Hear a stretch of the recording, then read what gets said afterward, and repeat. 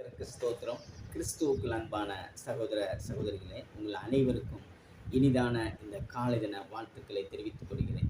இந்த நாளிலும் கூட இன்றைய வேத வார்த்தை மத்திய எழுதின புஸ்தகம் 14 அதில் 14-20. அதில் சொல்லுகிறது, இயேசுவும் சீசர்களும் ஒரு வனாந்தரமான ஒரு இடத்துல வந்து கொண்டு இருக்கின்ற பொழுது அந்த திரள் ஜனங்கள் இயேசுவை பார்க்கும்படி இயேசு இடத்துல ஏதாவது ஒரு சுகம் கிடைக்குன்னு சொல்லி பார்க்க வர்றாங்க. இயேசு அப்பா அங்கே என்ன அந்த ஜனங்களை பார்த்து அவர் மனதுருகிறார். என் அன்பு சகோதரிகளே, இதை கேட்டுக்கொண்டிருக்கிற என் அன்பு சகோதரிகளே, ஆண்டவர் இன்றைக்கும் உங்கள் மேல் அவர் மனதுருகிற தெய்வமாக இருக்கிறார். யாருமே என்னை விசாரிக்கலை, என்னுடைய வாழ்க்கை இவ்வளவு ஒரு சூழ்நிலையில் போய்கொண்டிருக்குன்னு சொல்லி யோசிக்கிங்களா? தேவன் உங்களை விசாரிக்கிறார்.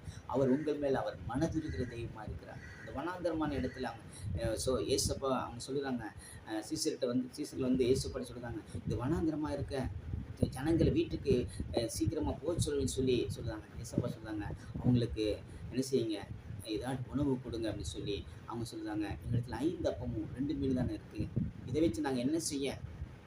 பல ஜனங்கள் இருக்காங்க, எப்படி நாங்கள் கொடுக்க முடியும் அப்படின்னு சொல்லி கொஞ்சம் கொஞ்சம் கொடுத்தாலுமே காணாத அப்படின்னு சொல்லி அவங்க யோசிக்கும் பொழுது ஏசப்பா சொல்கிறாங்க, அவைகள் என்னிடத்துல கொண்டு வாங்க. இன்றைக்கு என் அன்பு சகோதரிகளே, இயேசு இடத்துல அந்த 5 அப்பமும் 2 மீன் தான் கொண்டு வந்தாங்க.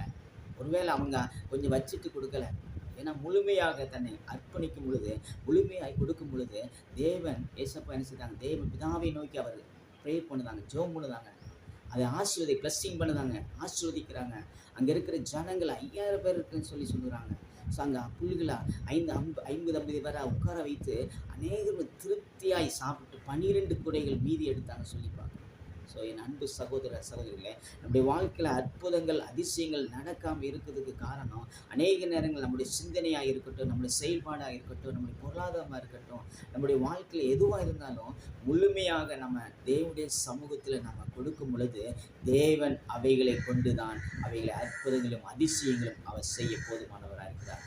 அன்றைக்கு நம்ம நினைக்கிறோம், அன்றைக்கு இயேசு அற்புதம் செய்தார், இன்னைக்கு செய்வார் அப்படின்னா, இயேசு நேற்றும் இன்றும் என்றும் அவர் மாறாதவராக இருக்கிறார். இன்றைக்கும் அவர் உயிரோடு இருக்கிறார். இன்றைக்கும் அவர் அற்புதங்கள் குறைவே இல்லை. அவர் நிச்சயமாக அவர் செய்ய போதுமானவராக இருக்கிறார். God bless you. Thank you.